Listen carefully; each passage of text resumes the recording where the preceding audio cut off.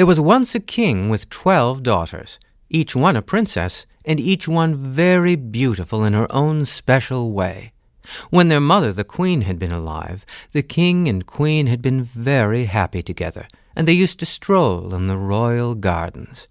That's why, as each of the daughters was born, she was given the name of a flower, or plant, or some aspect of nature.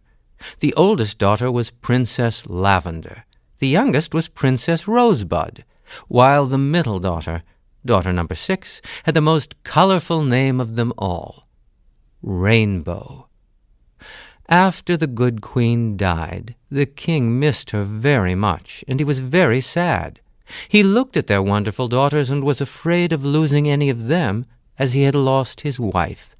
So he grew very protective of them. He wanted to know where they were at all times, not out of meanness, you understand, but because he wanted to make sure they were safe. Aside from this, he did all he could to make them happy, and was a very loving parent. But the 12 princesses longed to have some freedom. They knew they were always watched, and they even knew why. Still, that seems to be human nature. Even if we have all sorts of wonderful things happening in our lives, we long for something else. Now, just to make sure his daughters were safe at night, even though they already lived in a palace surrounded by walls and servants and guards, the king had them sleep together in a large room with their 12 beds all in a row. And each night, after each had kissed him good night, being careful not to be tickled by his beard, each got into bed, starting with Princess Lavender. "Good night, precious Lavender." "Good night, father." Down through Princess Rainbow. "Good night, shining Rainbow." "Good night, father." And ending with Princess Rosebud. "Good night, sweet Rosebud." "Good night, father." When he saw each into her bed, the king closed the door, and then he locked it. In this way he would be sure they were safely in bed all night, for there were no other doors or windows into the room. But one morning, when he went to unlock the door, he noticed something very strange. The shoes of the 12 princesses were all worn out. That is, they'd been walked or danced almost to pieces. The king couldn't explain it. He knew he had the only key to the room, and that surely one of the servants would have alerted him if the 12 princesses had tried to leave the palace. He said to his best friend, the Archduke, "I'm very worried. I just know those shoes looked brand new when my girls went to bed last night, and now just look at them. Rosebuds are worn. Rainbow's shoes have the soles falling off, and Lavender's, why, look, there are holes worn clean through. What do you think it could mean?" But the Archduke could no more explain it than could the king himself.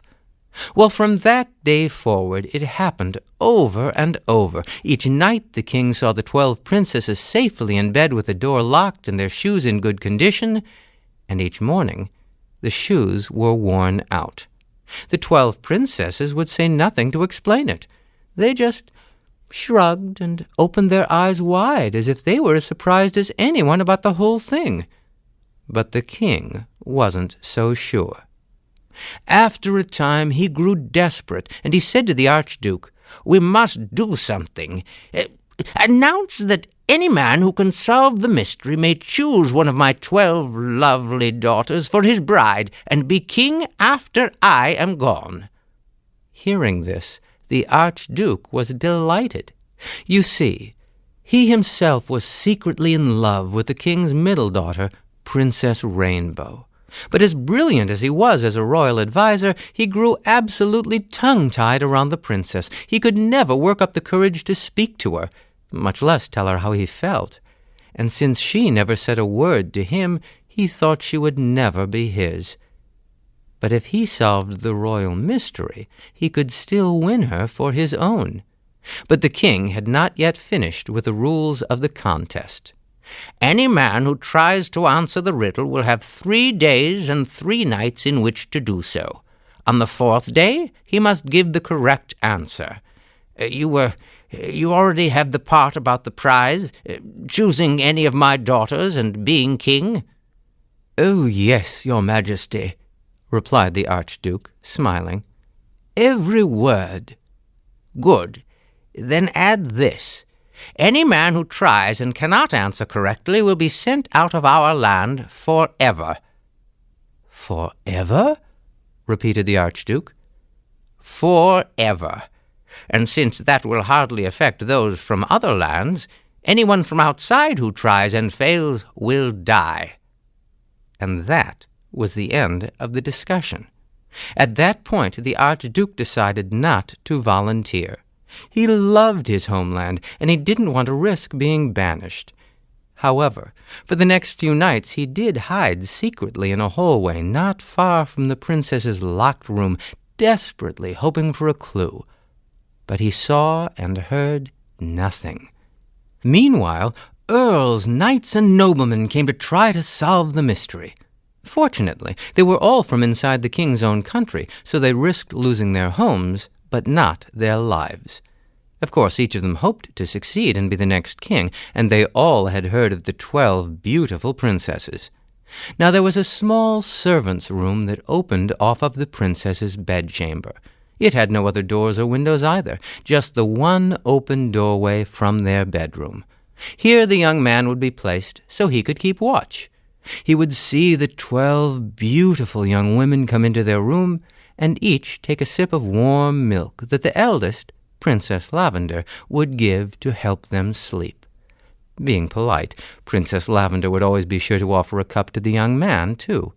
Then the king would arrive. He would kiss his daughters good night and lock them all in.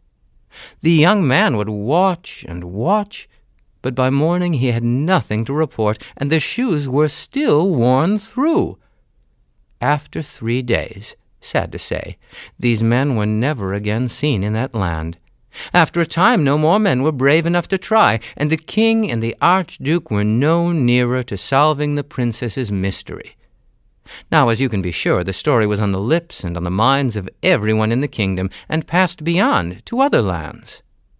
Meanwhile, 2 countries over, things of a more serious nature were going on.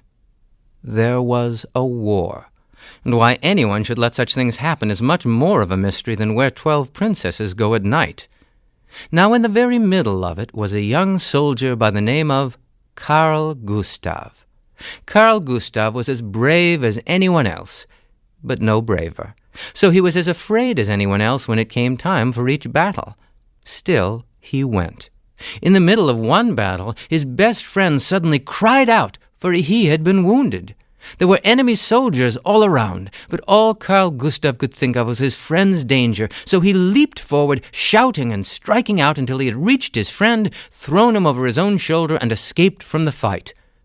Once away, he found to his surprise that he too had been wounded saving his friend, and he hadn't even known it. For all this, Carl Gustav was called a hero, and for being wounded he was told he no longer had to be a soldier, which was fine with him, since what he really wanted to be was a gardener. Now, he had always wanted to visit the country where the king lived with his 12 princess daughters, because this land was famous for its gardens, especially the royal gardens, some of which were open to the public. Carl Gustav had little money and no job, but he decided he would see these gardens, so off he went. He journeyed for some days until he saw the towers of the king's great city up ahead, and he was very excited. He started running forward, right up over a little hill and down the other side. Now, what the hill had hidden from him was this. On the road ahead, 2 bandits had attacked an old woman, trying to steal from her a basket she carried. When Carl Gustav suddenly rushed down the hill at them, they thought the police had arrived. Carl Gustav, seeing them too late, bumped right into them, which frightened them even more, so they ran away. The old woman had been knocked to the ground. "Are you all right, madam?" asked Carl Gustav, helping her to her feet. "I think so. Yes, I am. Oh, thank you, young man. You saved me. And there were 2 of them. How brave you are!" "Everyone says that, and I still don't know why," replied Carl Gustav, and he explained what had brought him to that spot. The woman asked him, "And what will you do with your life after you see these gardens?" He laughed. "I've never given it much thought. I suppose anything might happen. Why, who knows? I might be the man to solve the mystery of the 12 princesses and end up as king. Wouldn't that be something?" But he noticed she wasn't laughing. "Why shouldn't it be you? You're a fine young man. Would you like that?" "Well, of course I'd like it, but I have no wish to die for guessing wrong, and I've no way of knowing how those shoes get worn out." "I can help you," said the old woman. For more titles from Jim Weiss and Well-Trained Mind Press, please visit us at jimweiss.com or welltrainedmind.com. Thank you for listening.